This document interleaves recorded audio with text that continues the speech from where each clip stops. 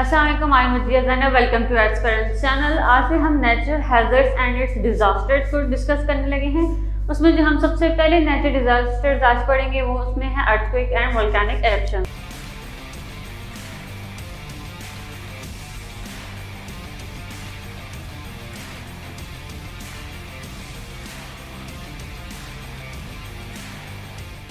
करते हैं अर्थक्वेक से। ये अर्थक्वेक के बारे में क्वेश्चन आपके CSS 2016 में भी ये क्वेश्चन आया था कि what is earthquake and difference between the earthquake and volcanic eruptions. End पे मैं आपको क्वेश्चंस जो हैं पास्ट पेपर से उसकी भी एक स्लाइड एंड पे शेयर करूंगी। तो सबसे पहले हम देखते हैं कि अर्थक्वेक क्या है कि the sudden release of the energy in the form of the seismic wave that create vibration in the earth crust. ठीक है, ऐसी वाइब्रेशन जब क्रिएट होती है अर्थ क्रस्ट में, उसकी वजह से जो वेव्स प्रोड्यूस होती हैं उसकी वजह से क्या होता है, अर्थक्वेक होता है और वो एक एनर्जी रिलीज करती हैं।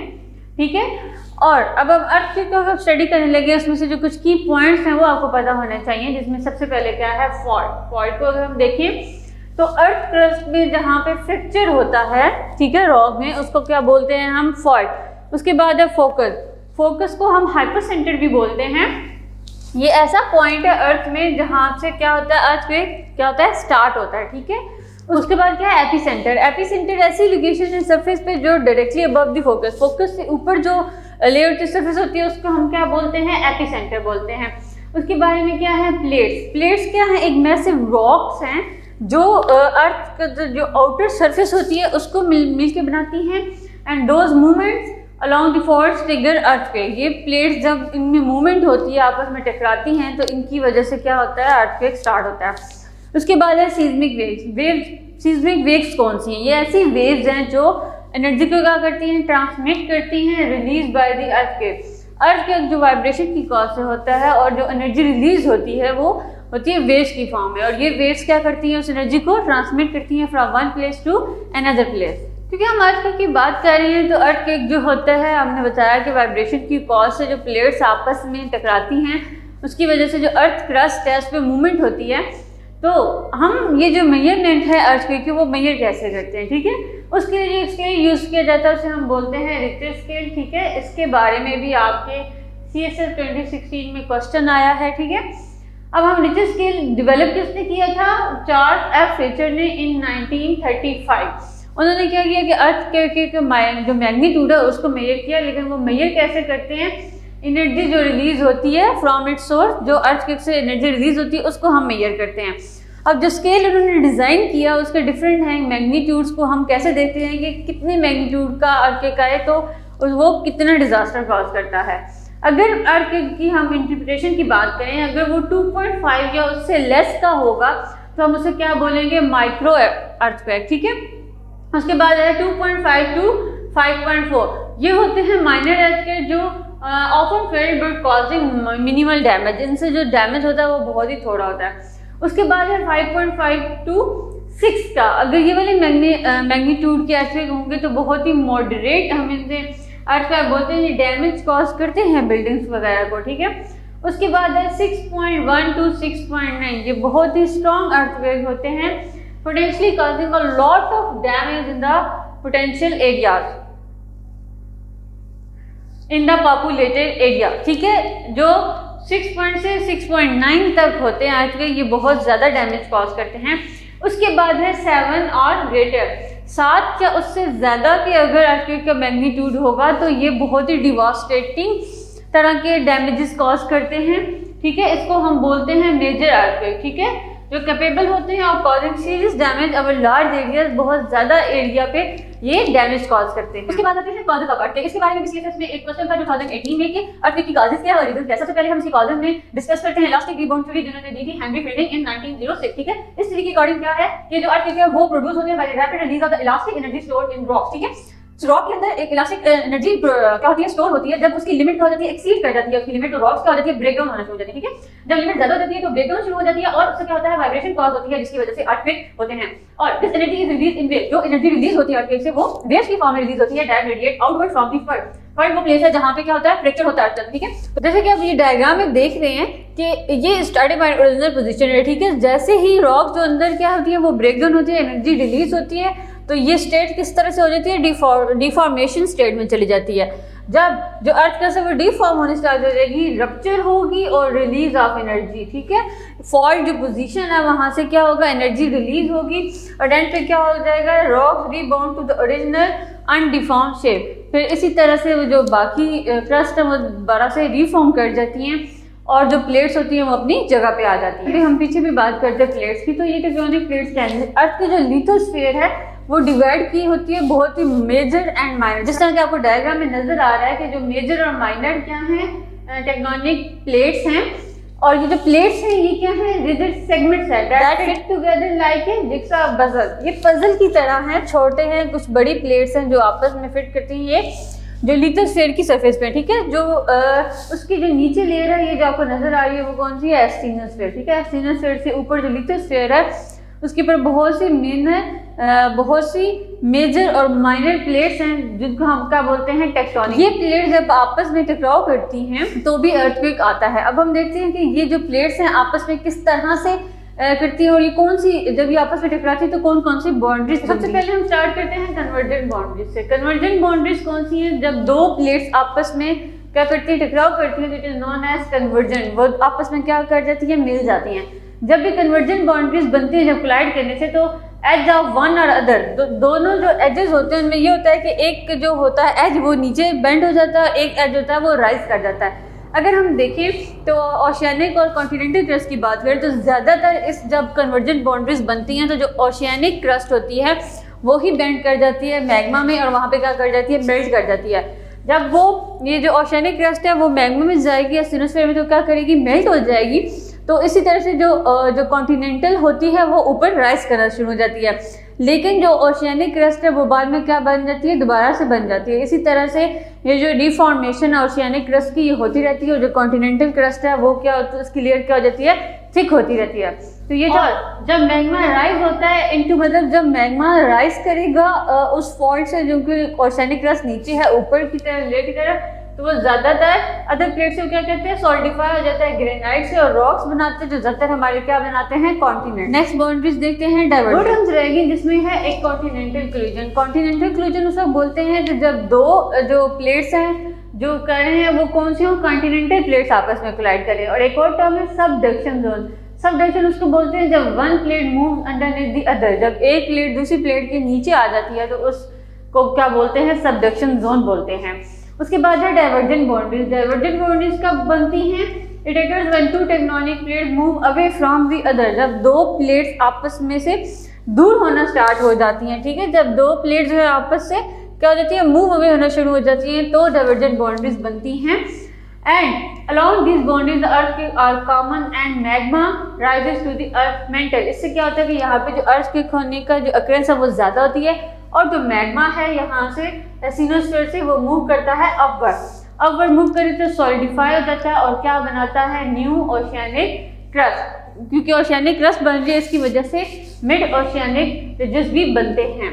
उसके बाद आखिरी है ट्रांसफॉर्म बाउंड्रीज। ट्रांसफॉर्म बाउंड्रीज कब बनती हैं, जब दोनों प्लेट्स जो होती हैं वो क्या होता है, स्लाइडिंग पास ईच अदर, आपस से स्लाइड कर जाती हैं थोड़ी सी प्लेट्स, ठीक है। तो तब कौन सी बाउंड्रीज बनती हैं, ट्रांसफॉर्म बाउंड्रीज। और इन प्लेट्स की मूवमेंट की वजह से कि वो प्लेट्स आपस में कोलाइड कर रही हैं, थोड़ी दूर हो रही हैं या स्लाइड पास कर रही हैं, तो इनकी मूवमेंट की वजह से अर्थक्वेक क्या होता है, काज होता है। जो तीसरी काज है अर्थक्वेक की वो क्या है, वोल्केनिक इरप्शन, ठीक है। वोल्केनिक इरप्शन जब भी होती हैं तो जो मैग्मा होता है वो नीचे से पुश अपवर्ड होता है। जब भी वो अपवर्ड की तरफ पुश होगा तो प्लेट्स को क्या करेगा, अर्थक्वेक कॉज करेगा जब वाइब्रेशंस प्रोड्यूस होगी। उसके बाद है isostatic balance. Isostatic balance between the rise and the depressed block of land. जो भी आइसोस्टैटिक बैलेंस होता है between the rise and depressed block of land वो हमेशा से मेंटेन नहीं होता, ठीक है। इरोजन जो होती है वो होती रहती है, इसकी वजह से जो सी फ्लोर है उस पर क्या होती है, डेपोजिशन हो जाती है, जिसकी वजह से जो अर्थ क्रस्ट है वो जो कंटिन्यूसली जो लोड होती रहती है, कभी राइज होती रहती है, इसकी वजह से भी अर्थक्वेक होता है उस रीजन में, ठीक है। उसके बाद है डैम। डैम क्योंकि हम यूज़ करते हैं स्टोरेज ऑफ वाटर के लिए, ठीक है, बहुत ज़्यादा वाटर स्टोर होता है डैम में, इसकी वजह से अर्थक्वेक कैसे होता है कि जो रॉक्स हैं, अंडरलाइंग रॉक्स हैं, उन पर जब प्रेशर बिल्डअप हो जाता है, जब प्रेशर वो एक्सीड कर जाता है तो रॉक्स क्या होती हैं, टूट जाती हैं और सडन वाइब्रेशन कॉज करती हैं, जिसकी वजह से क्या होता है कि अर्थक्वेक कॉज होता है। और बहुत सारी रीजन है अर्थक्वेक की, जिनमें है emission of water vapour from high pressure, कुछ लैंड स्लाइडिंग्स हैं हमारे पास, और क्या है एटॉमिक बम। इन सब रीजंस की वजह से अर्थक्वेक कॉज हो सकता है। उसके बाद हम कुछ मेजर अर्थक्वेक की बात करते हैं जो पाकिस्तान में हुए हैं। सबसे पहले हम देखते हैं अक्टूबर 2005 में हुआ था। मुझे तो अभी तक याद है कि जब हम स्कूल में थे और ये अर्थक्वेक हुआ, और क्योंकि मेरी फ्रेंड पीछे बैठी थी मुझसे, मुझे ऐसा लगा कि वो हिला रही है, लेकिन बाद में पता चला कि वो अर्थक्वेक है और सारे स्कूल ग्राउंड में इकट्ठे हो गए थे। अगर हम इस अर्थक्वेक की मैग्नीट्यूड की बात करें तो ये 7.6 मैग्नीट्यूड का था, और जो सबसे ज़्यादा हिट हुआ था एरिया वो था मुजफ्फराबाद। बहुत ही ज़्यादा इसमें लॉस हुआ था हमें और ये फॉलोड हुआ था by the 20 powerful after shock. इस अर्थक्वेक के बाद 20 आफ्टर शॉक भी हुए थे, जिससे बहुत ज़्यादा डैमेज हुआ था। उसके बाद है अवारन अर्थक्वेक। इसकी हम बात करें तो ये 7.8 मैग्नीट्यूड का अर्थक्वेक था। जो सबसे ज़्यादा इसमें जो डिस्ट्रिक्ट हिट हुए थे बलोचिस्तान के, अगर हम देखें तो वो है अवारन एंड कच्छ डिस्ट्रिक्ट, ठीक है, और हिट और विद 21,000 हाउस रिपोर्टेड डैमेज, 21,000 जो घर थे वो लॉस हुए, और जो पीपल अफेक्ट हुए दे आर अबाउट 300,000। उसके बाद एक अर्थक्वेक 2015 में आया, ये CSS में 2016 में क्वेश्चन भी आया है कि वो जो 2015 में आया उसका मैग्नीट्यूड कितना था।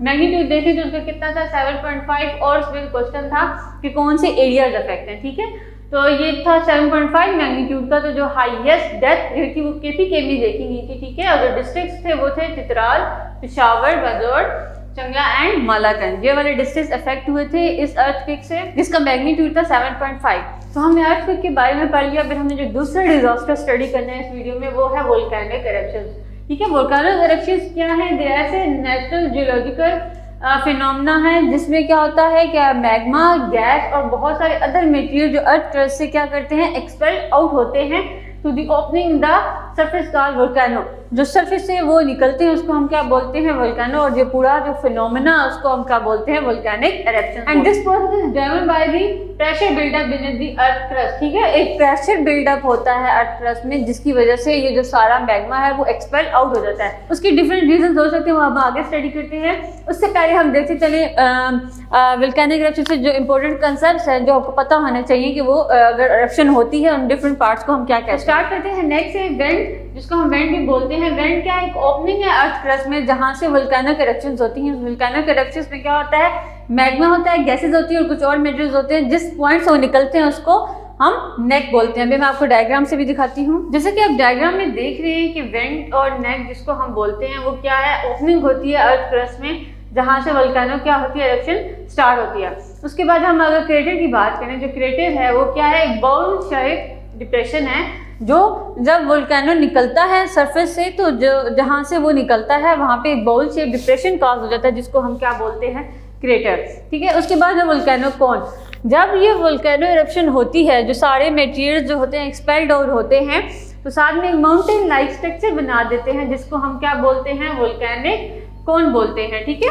ये अराउंड वेंट और क्रेटर के बाहर जो मटेरियल्स हैं उसमें से जो बनते हैं मटेरियल, उससे ये जो रॉक बनती है उसको हम क्या बोलते हैं, वोल्केनिक कोन बोलते हैं। और जब एरप्शन होती है और ऊपर जो क्लाउड बनता है उसको हम क्या बोलते हैं, ऐश क्लाउड। और ये जो लावा फ्लो कर रहा है उसको हम लावा फ्लो बोलते हैं। उसके बाद हम बात करते हैं कॉजेज ऑफ वोल्केनिक इरप्शन। इसकी जो कॉजेज में हम सबसे पहले डिस्कस करेंगे वो है sea floor spreading. Sea floor spreading मतलब कि जो सी फ्लोर है वो क्या हो जाता है, एरप्ट हो जाता है, ब्रोक हो जाता है।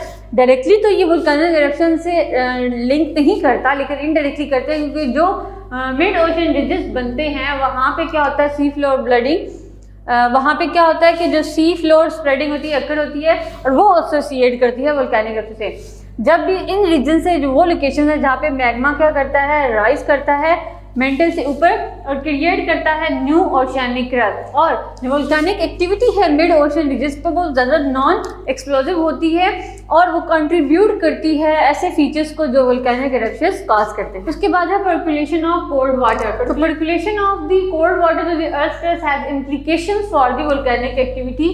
अब वो किस तरह इंप्लीकेट करता है वो देखते हैं। जब भी वाटर पर्कुलेट करता है ग्राउंड में तो वो क्या करता है, इनकाउंटर करता है हॉट रॉक्स को। आपको पता है कि लिथोस्फीयर के नीचे क्या है, हमारा मैग्मा है, ठीक है, एस्थिनोस्फीयर। जब कोल्ड वाटर उसको इनकाउंटर करेगा अर्थ क्रस्ट में तो किसकी फॉर्मेशन होगी, हाइड्रोथर्मल सिस्टम्स की। जब वाटर इंटर करता है मैग्मा से तो वो जनरेट करता है स्टीम को जनरेट करता है, contributing to the more explosive eruption. जब भी कोल्ड वाटर मैग्मा से इंटर करेगा तो स्टीम जनरेट होंगी, जिससे एक्सप्लोजन इरप्शंस इंक्रीज होंगी। उसके बाद है हमारे पास ओरोजेनिक मूवमेंट्स। ओरोजेनिक मूवमेंट्स क्या हैं? मैग्मा जो इंटीरियर में अर्थ में प्रेजेंट है, जब उसमें अंडर हाई प्रेशर होती है तो वो ज़्यादातर मेल्ट नहीं होती, लेकिन जब अपवर्ड मूवमेंट हो रही होती है, अपवर्ड मूवमेंट की वजह से जो प्रेशर होता है वो डिक्रीज करता है और जो मैग्मा होती है वो आहिस्ता आहिस्ता मेल्ट होना स्टार्ट हो जाती है। जब वो मेल्ट होती है वो खुद को प्रेशराइज करती है, एक्सपेल करती है आउट ऑफ द फिजर, जिससे क्या होता है एरप्शन, वोल्केनिक एरप्शंस काज होते हैं। अगली केस की हम बात करते हैं वो है कन्वर्जेंस ऑफ टेक्टोनिक प्लेट्स। ठीक है, टेक्टोनिक प्लेट जब कन्वर्ज होती हैं तो इसमें दो टाइप्स है, एक oceanic and oceanic plate convergence. जब oceanic and oceanic plate convergence होगी तब हमारे पास वोल्केनिक एरप्शन होगी। और दूसरी कौन सी टाइप है? Oceanic and continental plates. ठीक है, जब कॉन्टिनेंटल और ओशियानिक क्रस्ट होंगी, प्लेट्स कन्वर्ज करेगी, तभी भी हमारे पास वोल्केनिक एरप्शन होगी, या फिर कॉन्टिनेंटल और कॉन्टिनेंटल क्रस्ट आपस में कन्वर्ज करेंगी तो हमारे पास वोल्केनिक एरप्शन होगी। इस तरह से अगर हम टाइप्स ऑफ वोल्केनो की बात करें तो सबसे पहले है एक्टिव वोल्केनोज। एक्टिव वोल्केनोज कौन से होते हैं? That have erupted recently and have potential to erupt again in the future. ऐसे वोल्केनोज जो एरप्ट कर चुके हैं नियरली, लेकिन वो फ्यूचर में भी एरप्ट कर सकते हैं, वो किस कैटेगरी में आते हैं? Active volcanoes. उसके बाद क्या है? Eruptive volcanoes. इरप्टिव वोल्केनोज कौन से? एक्टिवली रिलीजिंग वोल्केनिक मटेरियल, जो एक्टिवली रिलीज कर रहे हैं वोल्केनिक मटेरियल्स में, जिसमें क्या है हमारे पास गैसेज है, मैग्मा है, ऐसे ड्यूरिंग एन ऑनगोइंग इरप्शन, वो किस कैटेगरी में आएंगे? इरप्टिंग। उसके बाद है डोर्मेंट वोल्केनोज। डोर्मेंट वोल्केनोज ऐसे वोल्केनोज हैं that are not currently erupting, जो करंटली इरप्ट तो नहीं कर रहे, लेकिन but they have the potential to erupt in the future, वो फ्यूचर में इरप्ट कर सकते हैं, वो डोर्मेंसी स्टेट में है।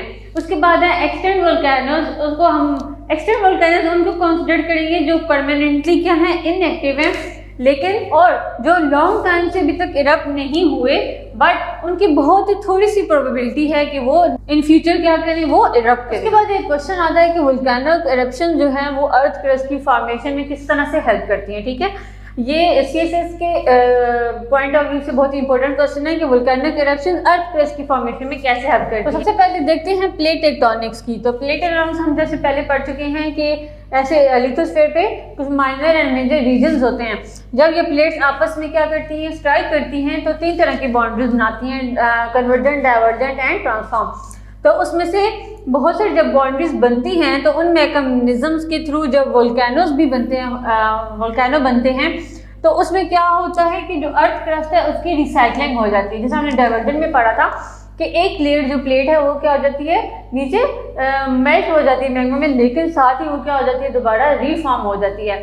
तो इनकी मूवमेंट्स के जरिए प्लेट टेक्टोनिक्स की वजह से भी अर्थ क्रस्ट क्या होती है? बनती रहती है। दूसरा है क्रूशियल ग्रोथ। तो क्रूशियल ग्रोथ में जैसे वोल्केनिक इरप्शंस होती हैं, बहुत सारे मटेरियल्स क्या करते हैं? अपवर्ड आते हैं, जिसमें मैग्मा होते हैं, गैसेज होते हैं और बहुत सारे मटेरियल होते हैं। जब ये सरफेस के ऊपर आते हैं तो ये सॉलिडिफाई कर जाते हैं और बनाते हैं एक न्यू रॉक। इसी तरह से वोल्केनिक इरप्शंस होती रहती हैं और लेयर बाय लेयर बनती रहती हैं और सॉलिडिफिकेशन होती रहती है रॉक्स की। इस तरह से जो उसकी क्रस्ट है उसकी जो क्या है? ग्रोथ ज़्यादा होती रहती है। कौन सा है? Mineral formation. मिनरल फॉर्मेशन कैसे अर्थ क्रस्ट में मिनरल्स का जो क्वांटिटी है वो कैसे इंक्रीज होती है?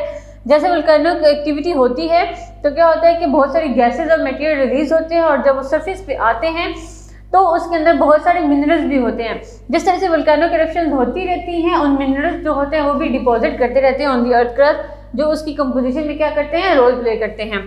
उसके बाद है हीट ट्रांसफर। और जो ये हीट है वो टेक्टोनिक प्लेट्स का जो मोशन है उसको भी ड्राइव करने में हेल्प करती है, एक ये काम हो गया। और ये also influences the physical and chemical properties of the rock in the earth crust. जो अर्थ क्रस्ट के जो रॉक्स हैं उनकी केमिकल और फिजिकल प्रॉपर्टीज को भी ये जो हीट होती है वो इन्फ्लुएंस करती है, जो किसकी वजह से आ रही है? Because of the volcanic activity. और आपको स्क्रीन पे कुछ क्वेश्चन नजर आ रहे हैं जो आपके पास पेपर से मैंने कलेक्ट किए हैं, जो अभी हमने डिस्कस कर लिए हैं। पहले क्या है? Briefly explain the difference between the earthquake and volcanic eruption. ठीक है, ये जो दो हैं ये हम अगले टॉपिक में डिस्कस करेंगे। अर्थक्वेक और वोल्केनिक हमने डिफरेंसेस भी देख लिए और अर्थक्वेक और वोल्केनोज क्या है एक्सप्लेन करें, और how volcanoes help in the formation of earth crust, ये भी हमने क्वेश्चन देख लिया। ठीक है, उसके बाद अगला क्वेश्चन है अर्थक्वेक क्या है और डिस्कस करें रिचर स्केल, ये भी हमने क्वेश्चन देख लिया है। हाउ और अर्थक्वेक कॉज, ये भी हमने देख लिया है। उसके बाद ये जो अगले दो क्वेश्चन हैं नेक्स्ट वीडियो में डिस्कस करेंगे। तो ये था हमारा आज का लेक्चर जिसमें हमने नेचुरल हैजर्ड्स एंड डिजास्टर के दो टॉपिक अर्थक्वेक और वोल्केनिक इरप्शंस को डिस्कस किया है। अगर आपको कोई क्वेश्चन हो तो आप कमेंट करके पूछ सकते हैं और हमें फेसबुक के पेज पे भी फॉलो कर सकते हैं और व्हाट्सएप का ग्रुप भी ज्वाइन कर सकते हैं जिसका नंबर आपको डिस्क्रिप्शन में मिल जाएगा।